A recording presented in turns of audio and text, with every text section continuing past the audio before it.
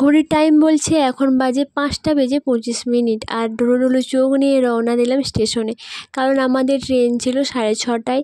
তাই বেশি দেরি না করে চললাম ট্রেন ধরতে। আমরা এসেছিলাম বেনাপুর স্টেশনে। এখানে স্টেশনটা ছিল একদমই ফাঁকা, কারণ এখানে খুব একটা লোকালিটি ছিল না।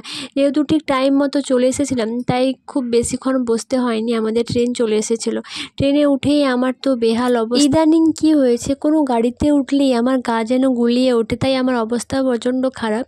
তারপর এখানে সুন্দর একটা ব্রিজ দেখতে দেখতে আমরা পৌঁছে গেলাম আমাদের স্থানে।